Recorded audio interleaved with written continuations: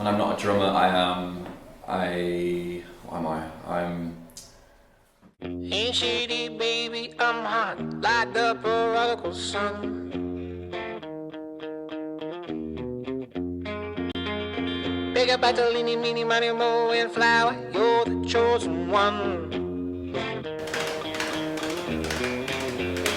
Well, your left hand's free, and your right's in grip, with another left hand watches right and slip.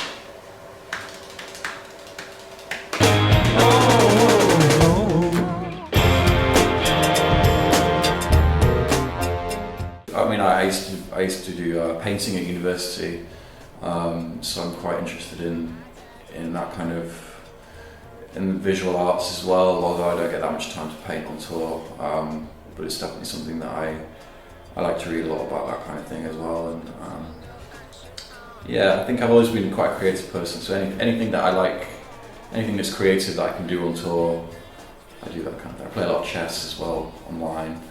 So nobody will play with me on tour, so I have to play online. I think drumming found me through, well, my dad was very encouraging when I was younger. He listened to a lot of music, and I was always I used to tap a lot when I was younger, and used to drive people mad. And I remember primary school used to get quite, I wasn't learning anything ever at school. All I was interested in was my own little world, and so they actually bought me a pair of like bongos at school, so that I could practice at home and hopefully get that energy out, so that when I came to school I wasn't distracting everybody. And it actually kind of worked. It kind of gave me a focus. I feel like the song I connect with most on this current album would be, I think, Live. Blood Flood Part 2. I connect with that a lot live. It's very rhythmic and it's very minimal, and in the stuff that I'm playing, I can focus very well, and I have an extension of my kit now, which is electronic. So I use an electronic kick trigger, and an electronic snare pad, and an electronic hi-hat, so I can load whatever sounds I need onto those parts.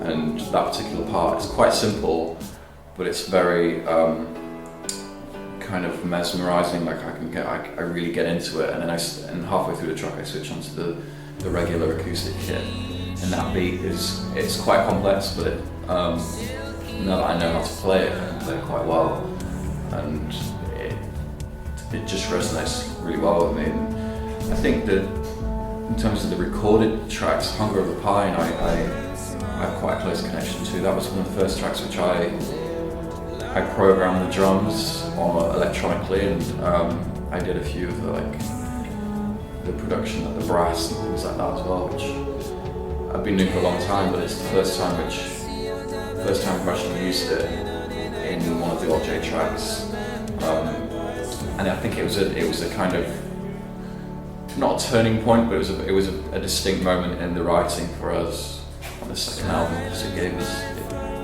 we realised we have an even broader spectrum of ideas and ways of working that we realised, and it's a very, I find this album is a lot more personal to me, because I'm more involved in terms of the songwriting and things, so it's very exciting that this album feels, for me it feels like it's the beginning of where we could go next. We're very happy now, like we know that this is our career and it's something we want to do, and we can do it.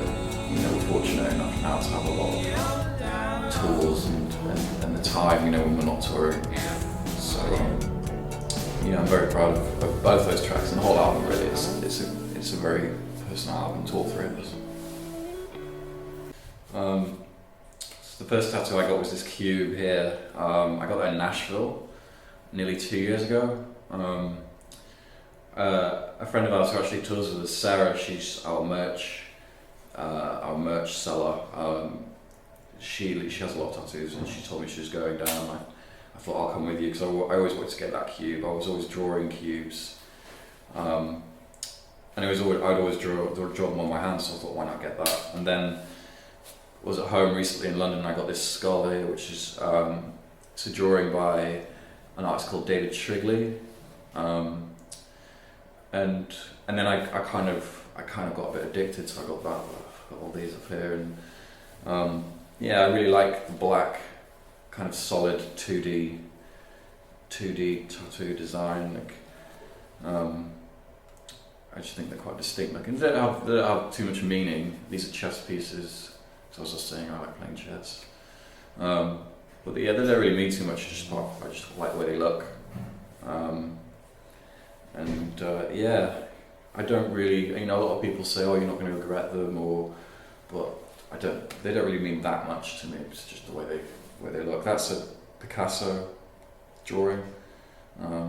He did a series of like skull pencil drawings, and that as soon as I saw it, I wanted to get it. And I did these myself with a sewing needle and some India ink with a bit of thread. Because I read up on Andrew WK apparently does his own tattoos, and I wanted to know how he did it. And I thought I'll give it a go, because I often get quite bored and restless, so I had to kind of find things to do, and I ended up just doing a tattoo myself. So, but they've turned out well, I think. There's actually a tattoo artist coming to the show tonight who tattooed Gus. He did a red kite on his arm. So I might see him, see if he's got any ideas. It has kind of evolved into like electronic music, but I'll always be, I think the roots of it will always be playing the live drums.